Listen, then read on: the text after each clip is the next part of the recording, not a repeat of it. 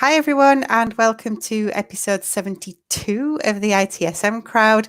Today, we are talking about business continuity and specifically, does it need to be more agile and more adaptive? Is traditional business continuity doing the job for us anymore? So I've got two guests with me here today, and looking back into the ITSM crowd archives, both of these gentlemen were talking about business continuity with me 5 years ago, which that's quite astonishing. And I'm intrigued to see if their opinions have changed or evolved in the last 5 years. But first of all, I'm going to ask them to introduce themselves. So Suresh, if I can come to you first, please. Hey, Claire, thanks for reminding us. It's 5 years and time flies. Thanks for helping us to do that. My name is Suresh GP. I'm the Managing Director of Top Solutions and play a couple of roles with Ambassador for DevOps Institute and also Ambassador for BRM Institute. Really happy to be here, and I'm looking forward to the continuity in coach for us to enlighten us today. Thank you very much, Suresh. And Daniel. Hello, my name is Daniel Breston. I'm the old man of IT. I've been doing this now for over 4 decades. I have a passion for business continuity, and that's where I'm focusing myself now as a virtual coach and trying to blend DevOps and Agile and other practices like SIAM or Verisum into continuity. Fantastic. Thank you very much. My name's Claire Agutter. I'm going to be the host for today's session. We do have the facility to respond to your comments live. So if you're watching this live and you've got something that you'd like to ask Suresh or Daniel, you can use YouTube comments. We can bring that up on the screen. So we would love to hear from you if you're watching this live. If you're watching it on catch up, you can still get us on Twitter. Look for the hashtag ITSM crowd or look for myself, Daniel and Suresh. We're all there on social media. So I always like to start these things with definitions because one term can mean different things to different people. So Daniel, I'm going to come to you first and just say business continuity. What does it mean? So I'm going to give you a quote unquote professional or certification answer, which is business continuity to me is keeping the business in business. And it's now evolved in that it's keeping the business in business such that when we evolve from a disruptive event, we come out better than we did before we were in the event. So it's challenging, but it's taking advantage of agility and digital technology and really focusing on customer and values such that you're always able to service them, service your staff in a happier and better and safer way. So I think that does differ a little bit to certainly what many of us would have learned on our old school ITIL version 2 training courses. Suresh, just to bring you in as well, what was traditional business continuity? Well, I think when you talk about this traditional business continuity, we've been talking about keeping the lights on, making sure that if your infrastructure goes down, we should be able to recover our services quickly and make sure that it doesn't impact the business, our customers and partners and stuff like that. And we used to kind of look at traditional tabletop tests to make sure that we are prepared. And ISO 22301, I'm a lead auditor for that. And we used to have strict guidelines of how do we kind of ensure that we are compliant to some of those stuff in terms of resources, in terms of hardware, software, and stuff like that. And we used to have it a mechanical routine exercise to see whether we can withstand some of the troubled waters. And pre-COVID, I think we were all doing good. So people said that everything is working. And we have been proudly displaying a certificate of ISO 22301. And we did a great job. And seldom did we realize that what we put it on the paper was flash when COVID-19 stepped up. So then we said the level of preparedness of traditional business continuity, is it still relevant? So I think we have to look at now it with a different pair of lens to see if it makes sense, or if it's still just talking about business continuity, probably the scope is actually now enlarged much larger. So I'm quite keen, and the whole world has woken up to see business continuity from a different pair of lens altogether. And traditionally, whatever we have claimed across is not going to be fitting the bill. I think, in Suresh, when we last talked, we probably focused more on what everyone is more familiar with, which is service continuity or IT disaster recovery. You know, can we go someplace and can we sign on and can we get to some data? Tick. And that's what everybody considered to be business continuity. And I think, you know, the disruptive events of the last few years of cyber issues or COVID or, you know, Brexit are now starting to focus people on the fact that the first word is business and the second word is continuity. And it's a completely different meaning and mindset and focus. I like your word focus, you know, the change of the focus on those two words, and then the practices that go underneath that. Absolutely. And I think part of the things is, if I look at continuity of work-life balance, how many of us we have moved away from, I mean, we have never had an opportunity to think about 100% working from home. We struggled to have laptops being shipped.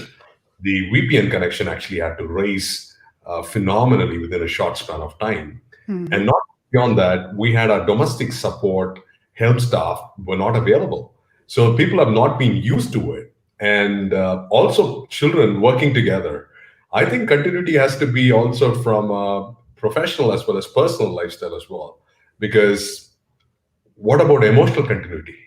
I think I read a good article saying that we have to move away from intelligent quotient to emotional quotient to adversary quotient. Are we prepared enough for handling adversaries at ease, predominantly as leaders, so that we will be able to give a psychological safety environment, which is also part of continuity? So I think we need to go away from traditional just hardware, software, resources to emotional well-being as also a part of continuity. Because people are into tremendous stress. People are getting laid off and stuff like that, which is also making it people not very sure about how they're going to be relevant. So continuity have to look at holistically a 360-degree view and just not restrict themselves with just business and partners. And we never tested that. No ISO or anything else came in and went, you know, make sure that you test the fact that your people aren't having a mental breakdown during a disruptive event, right? That was never part of the tick box exercise. And we just assumed that if you were able to work from home for a couple of hours, then, you know, that's cool. Then everybody was fine. You went back to whatever you were supposed to be doing. We never moved on to looking at how the challenges of continuity in your business could, you know, be impacted by this. And that has completely messed up the metrics that we're, you know, supposed to be looking at, you know, recovery time objectives. Yeah. How many times have you heard when you're doing an audit, it depends? So we put down some number. You know, why have the metric then? It's not key anymore. It's not an indicator of your capability to recover because it depends. And if you're going to have everybody working from home and they're not able to work from home, well, it depends just got to be very long. And I think that's a key point there, is that a lot of business continuity previously focused on will be out for a day or a week. And I think that the things that you've mentioned that have happened recently, so Brexit, is going to be ongoing. And as business owners, we don't know what that looks like or what the impact of that is going to be. And with COVID as well, the assumption is not that things will go back to normal. It's that things will change into something else. And certainly the business continuity exercises that I've been involved with have not been tailored to that kind of scenario. They've been very much about how do we put things back exactly as they were. And do we want to go back to that? Because if something else disrupts us, we're exactly right back where we were before. And that can't be the best place to be. No. You know, you have to talk about, you don't want to go back to normal. You want to go back to next. And exactly what I think is the keyword is resilience. And if you look at resilience for a while, resilient doesn't make about just your business resilience. It talks about cybersecurity resilience. It talks about individuals' resilience in terms of bouncing back. Because I think part of the problem is to admit we are in this journey, right? And we start to crib about why does it happen to us? All along, my economy is bad, so I'm losing my jobs and stuff like that. You kind of take this victim mentality. And guess what?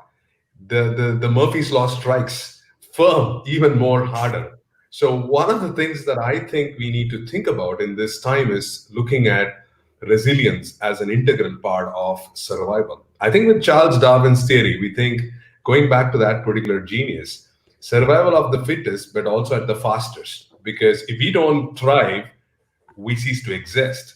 And I think that's a home taking for me in this whole situation. We need to be adaptive and we need to find out alternative models to survive.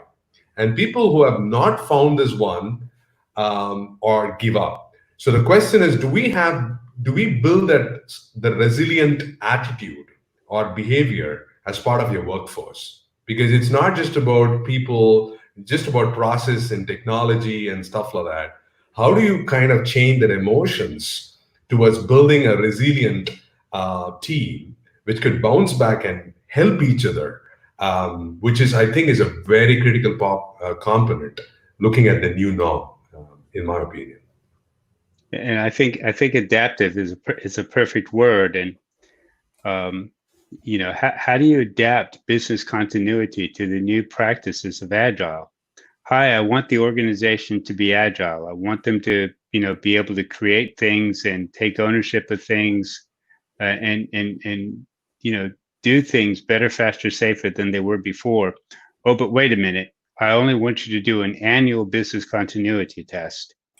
And I only want you to do an annual exercise of trying to figure out where we were, even though if we've just done normal 2-week sprints, we may have released something 24 times, so things have changed. The statements don't match anymore. Yeah, absolutely right. And I think for that matter, I think we need to ask the question a little differently. Are we following business continuity in spirit or in certificate? Because what happens is there is a norm that we actually started off as part of an annual exercise. At least, remember this one.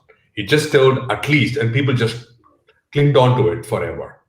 It actually, with the change in the business landscape, the changes in the whole ecosystem, we need to be adaptive, which means you need to change your dimensions from an annual to probably every sprint. Mm-hmm. And that's something that we need to think about as owners of the business to see the kind of situation just puts us that every alternative month or so, we might have something else. Are we prepared to do that? I think we need to look at it from that particular perspective. Are we prepared enough for survive another fiasco? And I think for me, the aspect of kiosk monkey is a good metaphor for us to start testing how much we can actually thrive in this kind of turbulence. So if you look at kiosk monkey, which is a term that came from Netflix, I think it's a very important aspect to look at shaking the whole thing to see, can we survive? Because we always try to do this positive testing to see everything okay, not bad, we can thrive. I mean, you have to break this apart and see whether we can come back and restore back this whole thing in terms of the whole gamut of things that we are operating across. So sometimes I think the site reliability engineering aspects like resilience, kiosk monkey has got some integral parts that we can all learn from that and apply it because that's tuned towards the agile ways of working. And it underpins some of the good approaches that are coming out, like from Verisum with its mesh, the mesh of services, people involved, suppliers that are involved. I mean, many organizations don't test their supplier chain, really test their supplier chain, okay, like they have over the last few months, okay? the whole mesh of things that makes you what you are, I think, is in how that underpins business continuity, resilience, and sustainability. Verisum really drove and continued that as the work into service integration and management, or SIAM, to go and also say, how do we integrate these services such that they're still there, and if they need to be able to, if they have to change, we need to change them. And it all gets down to the thing that people have been saying for years, the iceberg principle. The only people that really know what the heck is happening is the people that are doing it. The business continuity manager is not that person. The person who knows what's happening is the person that's actually doing the work. And we need to somehow get them involved into business continuity practices, and we need to let them evolve their resilience on a daily basis, not on an annual exercise. I think you brought a great point, Daniel, in terms of service integration management. Let me give you my example in the recent times when we were actually dealing with a large outsourcing client and managed services. Now, the part of the problem of this puzzle is that you have a lead supplier who's actually providing the service, and he's got his own backup plan, recovery plan, and everything. But then there is other subcontractors who are kind of heavily impacted because of the situation. Now, that's not really tested to a level that we expect as part of, be it ISO 20000 or any of these practices.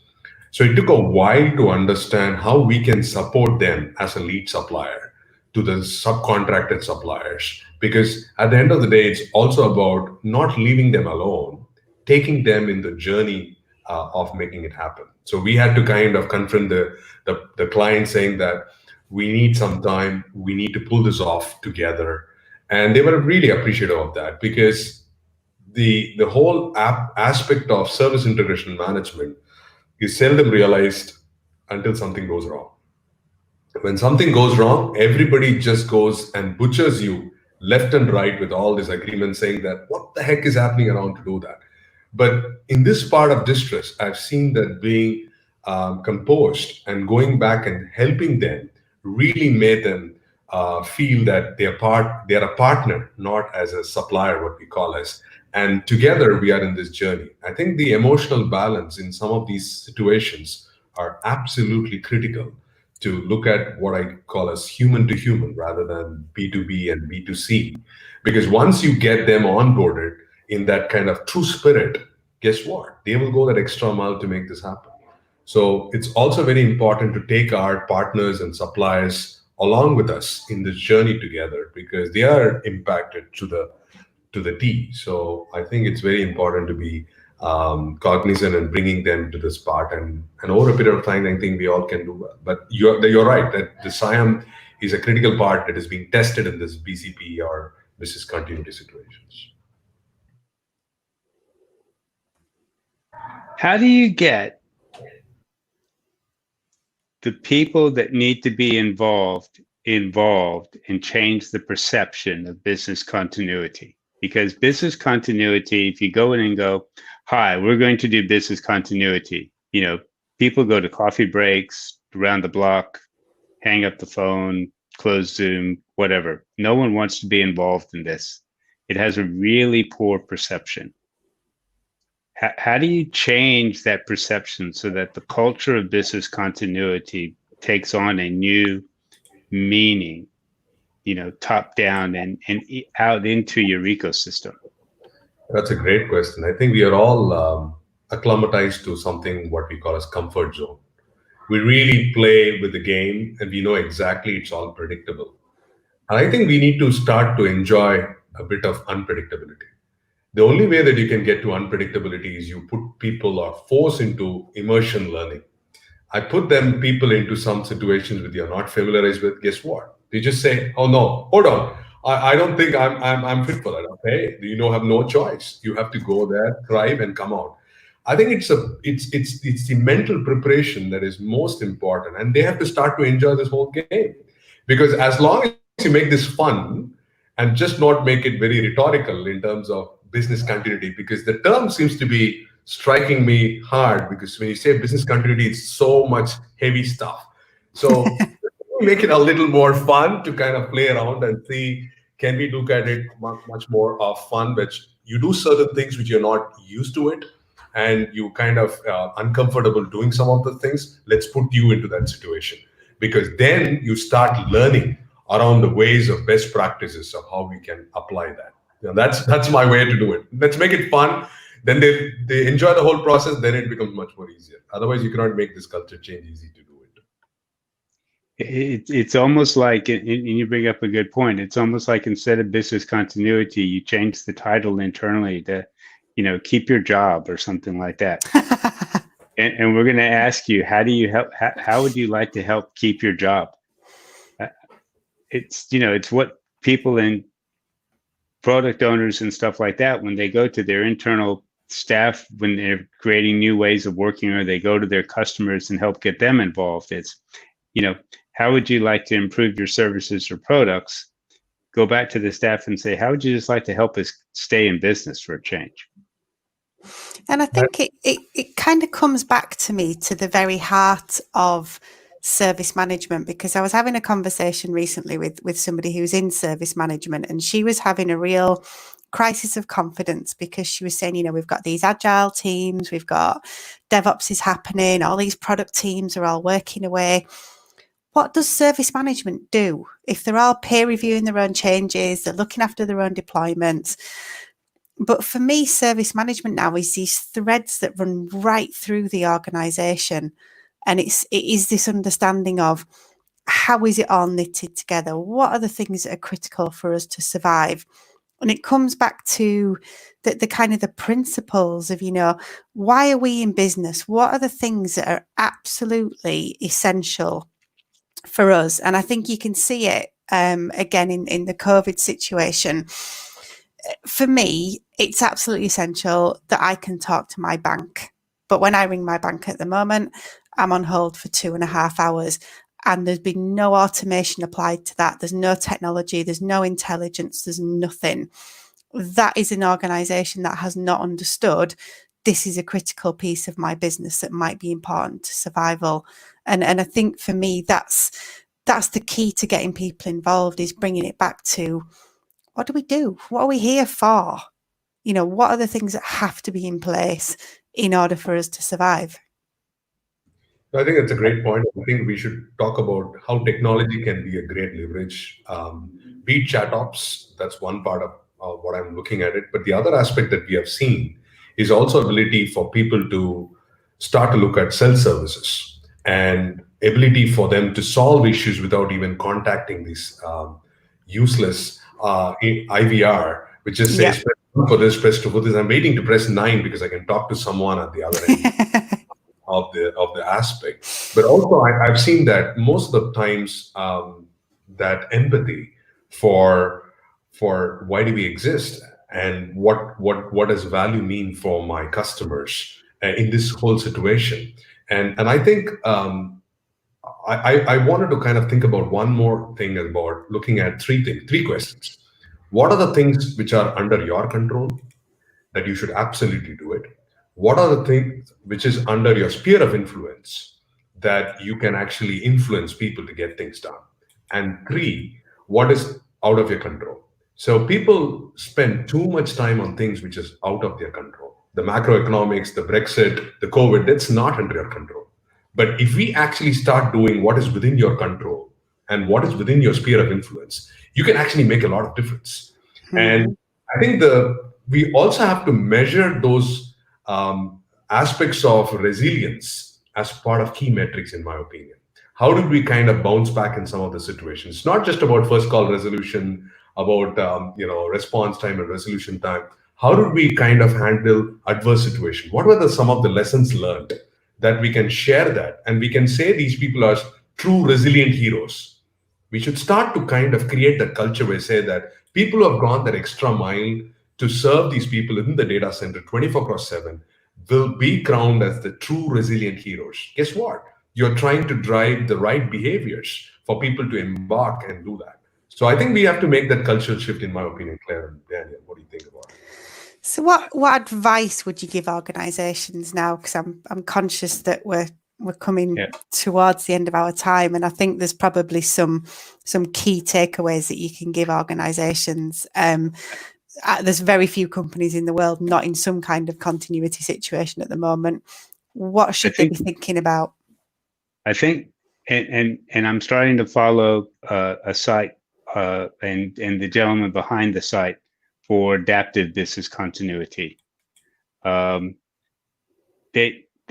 looked at it and said, what would happen if you threw away your documentation and you threw away your, Excel spreadsheets and everything else, and you instead focused and improved the capabilities of the people that were involved in what you do, the process that they use, the locations that they might be at, or the tools that they use. What if you could measure those things and come up with a capability ranking? And they've done a lot of work on looking at the capabilities of readiness to keep the business in business or resilient, and very quickly driving the value of that back to the organization by saying, we've reduced your reputational risk, we've increased your capability and ability of being able to address an audit. And it didn't take us months, it took us a couple of weeks.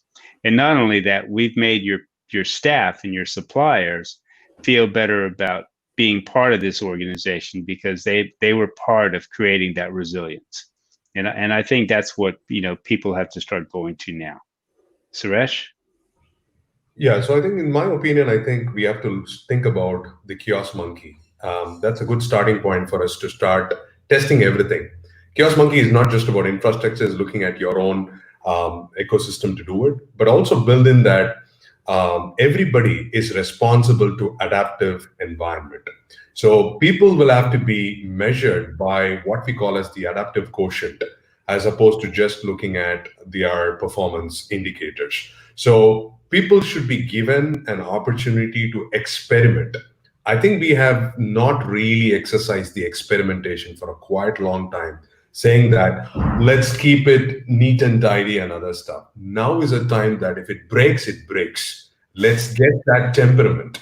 That experimentation is a real test of your solidarity, of how you will kind of address such kind of situations. So experimentation, learning from failures, kiosk monkey, and measuring people on adaptive quotients are absolutely important for an organization to thrive. Last but not the least, if you're a business model, we have to look at adaptive new business models for us to thrive, right? For example, the online is now the big thing. So we have to accelerate your digital transformation so that it is not physical centric. It can be done across the globe. It is kind of bringing another opportunity for scalability across the globe. So that's how I look at it, from both from an individual as well as from an organization standpoint.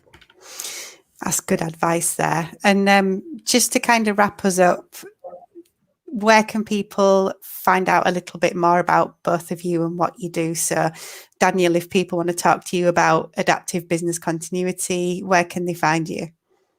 Probably the best place for right now is LinkedIn. I'm still in the process of building up my new website, or Twitter. And you can find me there. I'm on Scopism.